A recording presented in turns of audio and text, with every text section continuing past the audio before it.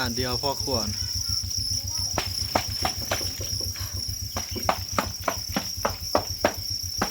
เก็บ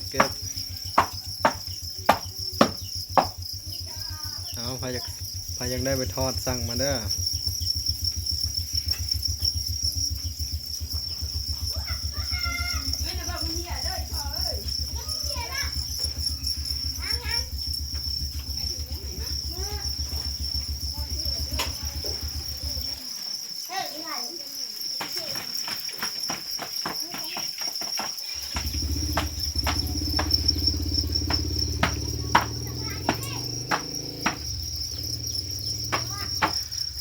ช่วงนี้ยามหนาวจิ้งหรีดบ่งามปานใด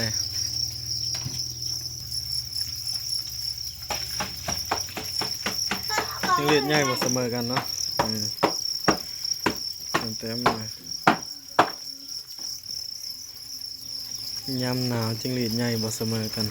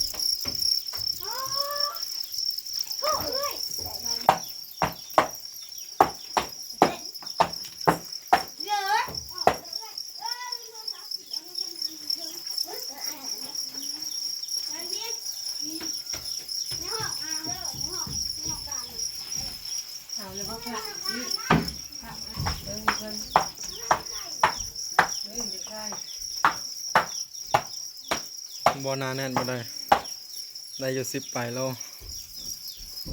ตามเบิ่งแล้ว